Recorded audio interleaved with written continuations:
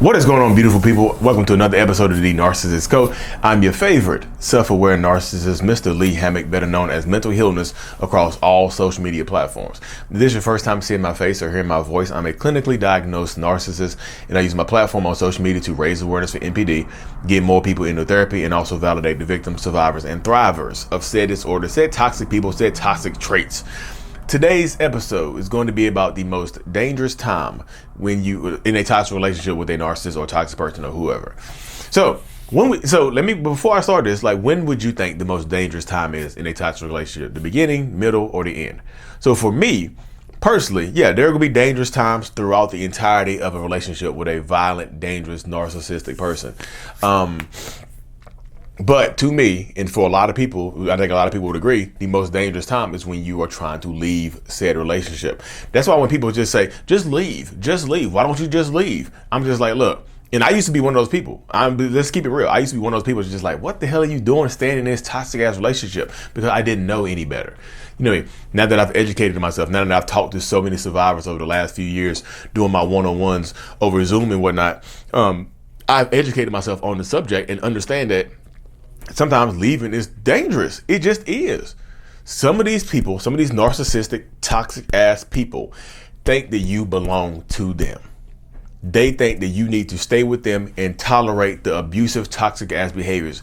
And look, some of them will send you to meet God. I put this on my Twitter earlier. Sometimes that whole statement, if I can't have you, no one will, that's a true statement, because they will take you out of here. They will send you to meet God face to face, and then they'll take their own. They'll send you, the kids, everybody else around you to meet God. And a lot of times these people are referred to as family annihilators, or intimate partner violence is one of the. Intimate partner violence, I think, takes the lives of 4 people every day in America or Australia. I forget where it was, but people are dangerous as hell. And just because they haven't been physically abusive does not mean that they won't escalate to taking your life. And this episode right here is meant to wake some people up, because the longer you stay in these toxic relationships, the longer that you tolerate it, the worse it gets. Something like I've heard so many stories today. It inspired this video. I was wondering what I was gonna do a video on today, but now I got to listening to this woman on TikTok today. And she was talking about it. She was like, intimate partner violence, it's so dangerous to leave. Yeah, make a plan when you want to leave a toxic relationship. I know some people want to be bold and just say, hey, I'm leaving you, to their face, because it makes you feel empowered and strong.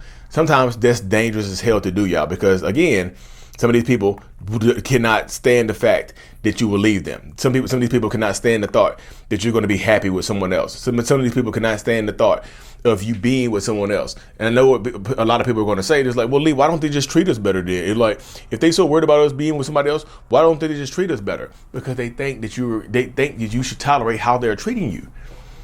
They don't think that you have the strength to leave them, no matter what they do to you, especially if they start off the relationship. And sometimes the domestic violence starts off early. They'll hit y'all. They'll put their hands on you early on in the relationship, and they'll blame you. And sometimes people will stay in that relationship, and it gets progressively worse. And these people will hunt you down. When you try to leave them, it's like, oh, I'm leaving. When my wife left me, she left when I wasn't at home. And yeah, I knew where she went and stuff like that, because I'm not, that's the violence part. That violence part is not me. But could it be for somebody else? She was protected. The way she left, she was protecting herself. She was doing the best thing to protect herself, leaving while I wasn't there. And not because I'm violent, because I'm a talker. I would have talked to her in the stand. I possibly could have talked to her in the stand, cry, beg, pleaded, tell me I'm going to go back to therapy. I'm going to change this. I'm going to change that. I could have done that, but some people, when they feel like they're losing control over you, when they feel like somebody else is going to have you, and they feel like they can't live without you, sometimes they'll threaten to unalive themselves. Take that seriously, y'all. They'll threaten to put their hands on you. Take that seriously, y'all. They'll actually put their hands on you. They'll actually threaten you. Take that seriously. Because sometimes that's why going no contact can help you heal, but going no contact to this narcissistic person, they can feel like you're moving on to somebody else. That's their first thought. The first thought is that somebody else, you're going to be with somebody else. Not that she's leaving me, or she or he, they are not, no. The first thought isn't, oh, they are leaving me because I'm treating them badly. the first thought is they are leaving me to be with someone else. And they can't live with that. It eats them up. The shame turns into this crazy ass obsession, and that obsession can turn into rage and paranoia. And that paranoia can make them snap and do some damage to you. Do some harm to you and things like that. That can happen, y'all. That's why I tell people, if you decide to leave, make a plan. Get other people involved, and don't tell that narcissistic person what your plan is, y'all. If you're scared they're going to harm you, make a plan and don't go back, y'all. Because when you go back, you put yourself back into that danger zone.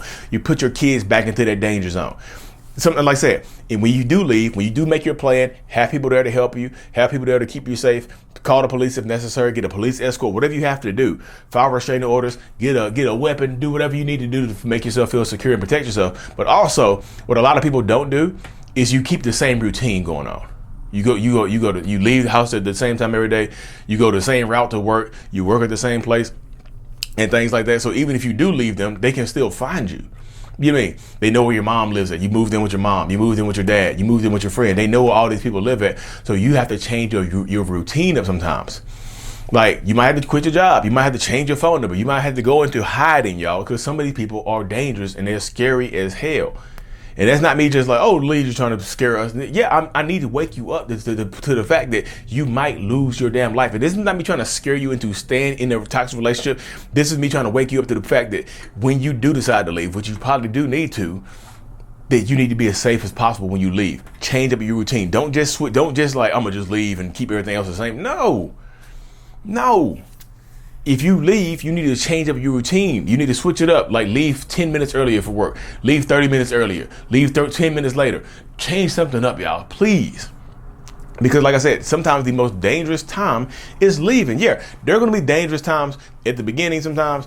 There will be dangerous times in the middle. But sometimes the most dangerous time in these toxic ass relationships is when you put your foot down and you refuse to tolerate the abuse anymore. When you refuse to tolerate the boundary violation. When you say, okay, now I'm going to start. Right now, I'm going to set my boundaries. When you decide to do that, that's when they decide to come at you. That's when oh damn, you serious this time, ain't you? You're serious about leaving. And if you do decide to leave, some of them cannot stand it. Some of them cannot stand it. They cannot take the fact that you want to move on and maybe be happy with somebody else. So they'll send you to meet God. There's so many, you can just Google it, y'all. Intimate partner violence. Woman leaves man snaps, takes her life, takes mom's life, takes his own life, takes the kids' lives. Look at stuff like just situations like that. Sometimes they'll send you to meet God to be with their affair partner. Chris Watts, you see what he did. You see how crazy he snapped to be with his affair partner. He didn't want the shame of people. Oh, he left his wife and his kids, his pregnant wife. So he decided to unalive them. Instead of just buckling up and leaving like a man, whatever he decided to take their life. At the end of the relationship, sometimes the most dangerous part is at the end. Even if they wanted to leave you. If you know that they're having an affair and they talk about leaving you for somebody else, sometimes you need to let them go. Sometimes it's best to not fight for the relationship, not fight for the marriage, not fight for that stuff. Sometimes it's best to let them go, because sometimes if you decide to hold on to them, they think you're trying to control them and they'll go crazy. Look, this episode is not meant to this is not a fear mongering episode. This episode is to show you that it can absolutely get dangerous as hell out there. I promise you it can. So you have to protect your peace when you decide that you want to leave. Okay, I'm going to leave. Make a plan. Strategize this thing. Protect yourself at all times. Document everything that's going on in the relationship. Like any type of abuse, if there is physical abuse, document it, y'all. To protect yourself, to get a restraining order, to strip them of their weapons if they have weapons. I'm just telling y'all.